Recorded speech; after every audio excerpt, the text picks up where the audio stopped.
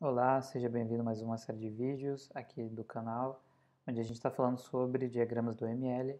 Sou o professor Jorge Oliveira e estamos falando diretamente aqui sobre diagramas de visão geral e interação, utilizando o material de apoio do professor Ricardo Silva, link na descrição. Bom, esse é um diagrama bem simples, tá, para a gente trabalhar, lembrando que ele está inserido aqui dentro dos diagramas de visão geral, né, de diagramas de interação, da parte dos diagramas comportamentais da UML, tá certo? Esse diagrama, ele é um diagrama para ser utilizado como um complemento, ou então em apoio a quando você já tem criado outros diagramas. O propósito dele é você fazer uma visão geral, como o próprio nome diz, com base nos diagramas que você já criou. Por exemplo, o diagrama de sequência, comunicação, temporização, ou até mesmo outros diagramas de interação, de visão geral. Tá bom? Ele é basicamente um diagrama onde você vai ter os elementos do diagrama de atividades, mas a gente vai conseguir utilizar e identificar outros elementos dos outros diagramas. Tá? Então, a ideia dele é você fazer as interações, né, e mostrar em que sequência essas interações dentro dos sistemas elas ocorrem.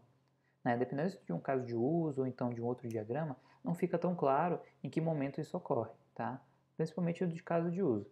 Mas com esse diagrama a gente consegue ter uma ideia do fluxo e em que momento e diferentes diagramas ou partes do sistema eles vão se comunicar, como é a ideia do próprio diagrama de é, atividades, tá bom?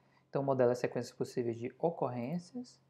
Aqui a gente tem a ideia de como esse diagrama ele funciona.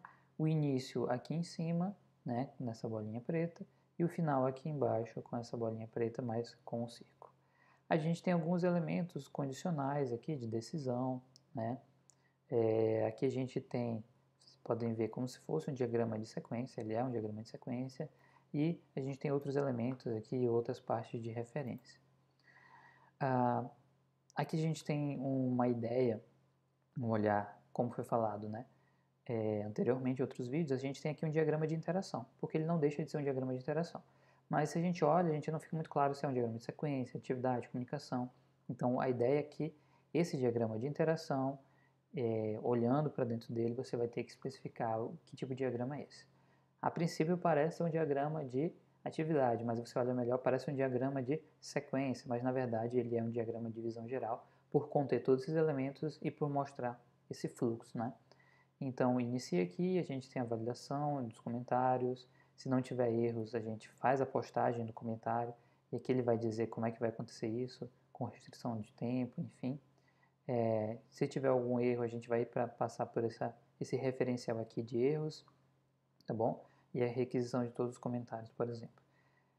Como é que eu vou saber onde é que está essa parte na documentação, né?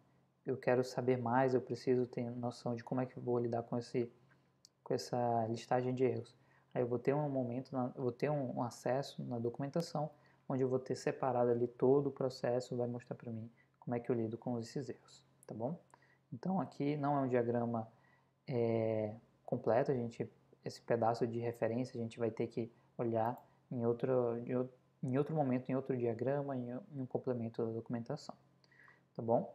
Então aqui a gente tem qual é a utilidade desse diagrama, como foi falado, mostrar as sequências possíveis de interação do sistema, tá? Os diagramas de caso de uso por si só, eles não deixam tão claro assim. Você teria que ter apoio da documentação, por exemplo, mas de um recurso visual a gente teria esse acesso, tá? Então, a gente tem esse diagrama para auxiliar a gente nessa questão de ter um overview, uma visão geral, tá bom? Aqui a gente tem os chamados nós, né, que é aquela parte da referência, como eu falei anteriormente, a gente chama isso de nodo, né, de interação, e esse nodo ele vai mostrar para a gente um outro diagrama complementar, o que ele vai lidar ali dentro dele. A gente só tem que tomar cuidado por ter vários diagramas, dependendo da complexidade do sistema. Se for um sistema pequeno, não vai ter tanto problema. Se o sistema for muito grande, a gente querer fazer um diagrama desse, a gente vai ter que ocultar muitas partes, tá bom? E a gente não pode colocar muitos elementos para não deixar o diagrama ilegível, né? como qualquer outro tipo de diagrama também. Tá? A gente quebra ele em diagramas menores. Então, como foi falado, é um vídeo rápido, só para a gente ter uma ideia do que esse diagrama é utilizado, onde ele é aplicado, quais são os elementos dele. E obrigado por ter assistido o vídeo, mais informações nas referências no link, tá? Até a próxima.